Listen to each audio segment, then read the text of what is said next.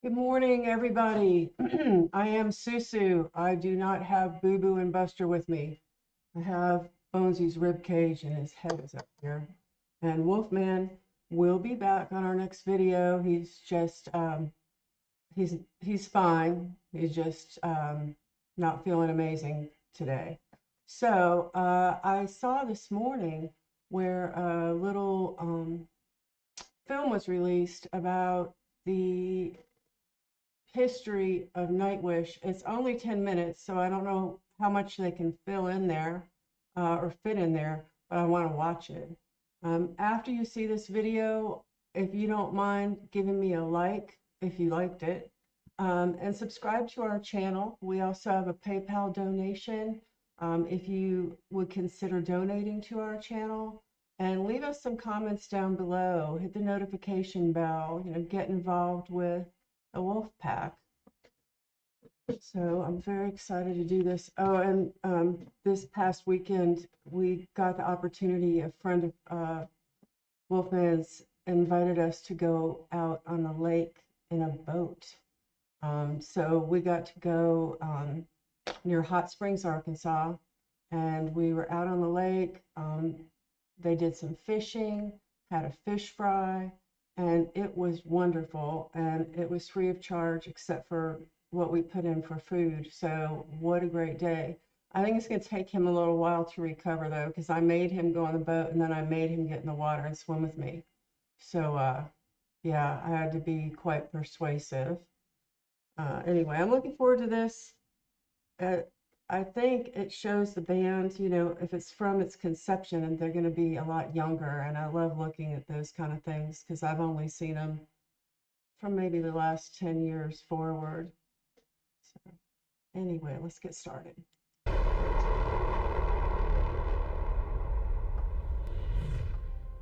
You can't discuss Finnish music without bringing up possibly the most commercially successful Finnish band of all time, Nightwish.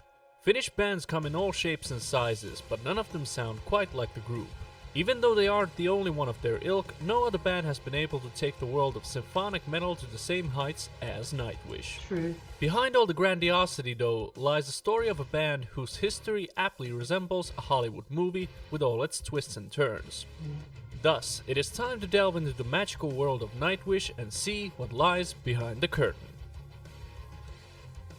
The story of Nightwish began on July 6, 1996 in Kitee.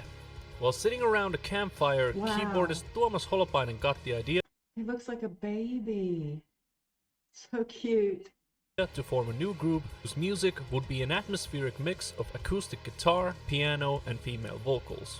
On the back of this idea, he invited guitarist Erno Emppo Vuorinen to the Wow. group, as well as classically trained singer Tarja Turunen.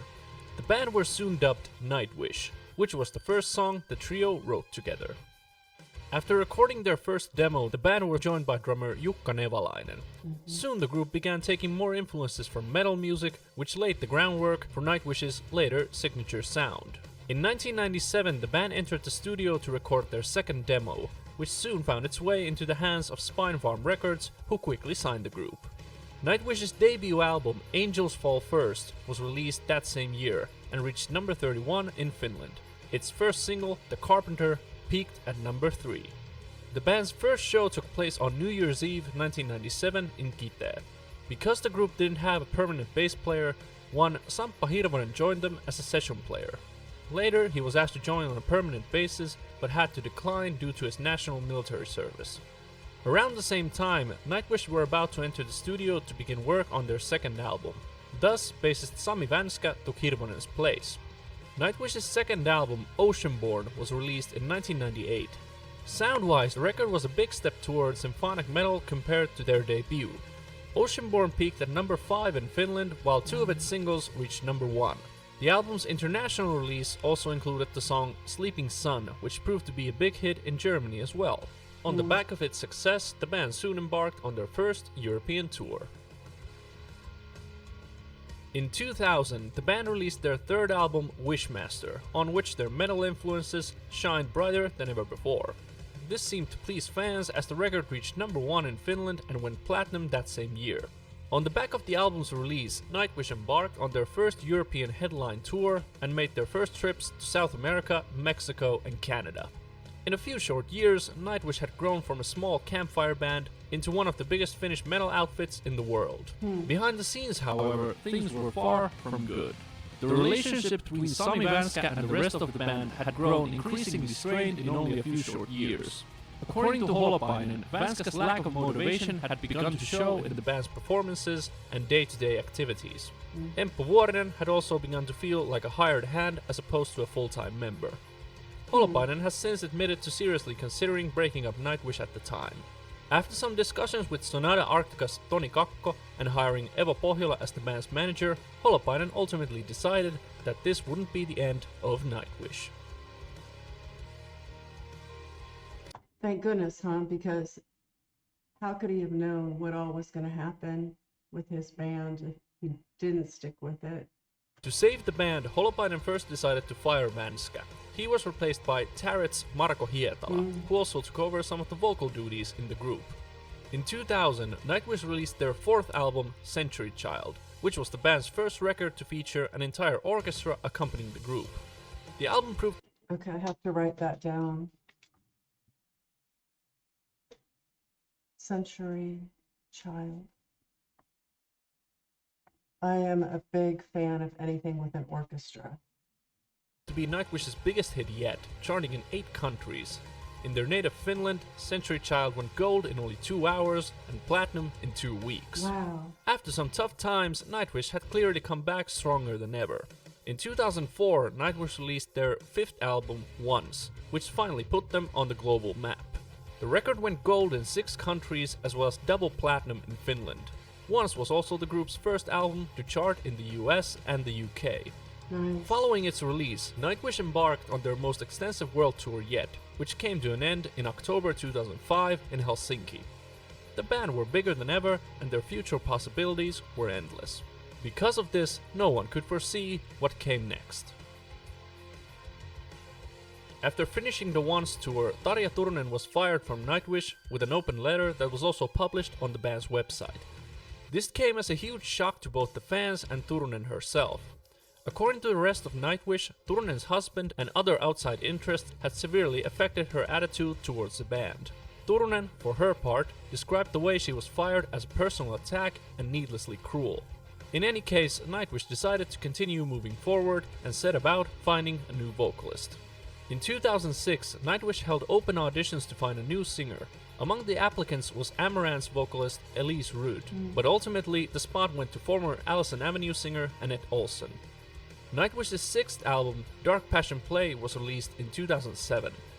After all that had happened, expectations were high, and Nightwish were able to meet those expectations. Dark Passion Play charted in over 20 countries and nabbed the top spot in Finland, Germany, Switzerland, Hungary and Croatia. Wow. The album has since sold over 2 million copies worldwide. On the back of the record's release, Nightwish embarked on their most extensive world tour to date, which lasted all the way to the end of 2009. After this, the group entered a well-deserved hiatus to begin work on another album. Nightwish returned to the spotlight with 2011's Imaginarum, which proved to be another hit album. To accompany the record, the band also released a film in 2012, directed by Stobe Harju. Everything seemed to be going great in the magical world of Nightwish until October 2012, when the band announced that they had parted ways with Annette Olsen. Only a couple of days earlier, Elise Ruud and arch-enemies Alyssa White-Glutz had filled in for Olsen in Colorado after the latter had fallen ill. Yeah. Olsen later expressed her dissatisfaction with the decision and claimed that her pregnancy had played a part in her firing. The rest of Nightwish denied this, stating that Olsen had signed off on hiring a long-term substitute while she was on maternity leave. The truth may lie somewhere in the middle, but in any case, Nightwish tapped former After Forever vocalist Floor Jansen to finish out the Imaginarum tour.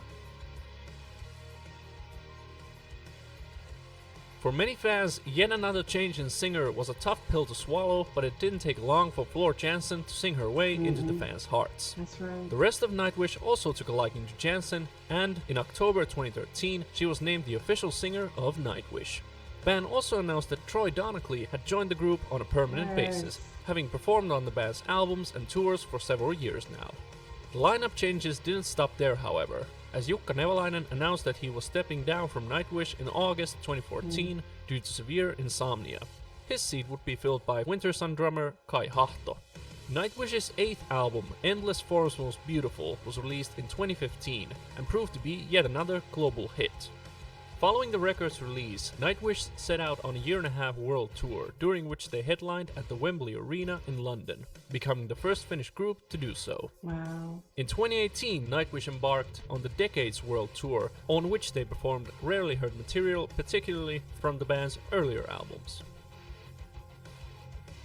In 2019, Kai Hahto was named Jukka Nevalainen's permanent replacement, while the latter continues to work with the group behind the scenes.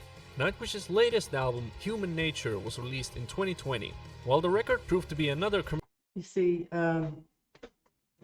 Marco playing the Beast right there. Miss him. commercial success, the band were unable to start a supporting tour due to the COVID-19 pandemic. As if things weren't bad enough, Marko Hietala announced that he was leaving the band in January 2021, citing depression and his personal dissatisfaction with the music industry. Nightwish were once again faced with big changes, and Tuomas Holopainen has later admitted to wondering if Hietala's departure would be the end of the band. Nightwish soldiered on, however, and tapped Wintersun bassist Jukka Koskinen to the group. Finally, in the summer of 2021, Nightwish were able to kickstart the Human Nature tour, which will continue till the summer of 2023. The band is also scheduled to begin work on another album that will conclude the trilogy started by Endless Forms Most Beautiful and Human Nature. When you think about it, it's astonishing how Nightwish has been able to keep their place at the top of the metal world for almost 30 years now, despite all the challenges they have faced. Lineup changes are nothing new in the music world, but Nightwish is one of the few bands where each member has been irreplaceable in their own way. But despite this, Nightwish has always been able to push through the hard times and come back stronger than ever. Each lineup changes brought something new to the group. Even though their music mostly follows the vision of Tuomas Holopainen, Nightwish is more than the sum of its parts. The band's colorful history has made it into what it is today, which is one of the most interesting and imaginative bands in Finland and the world.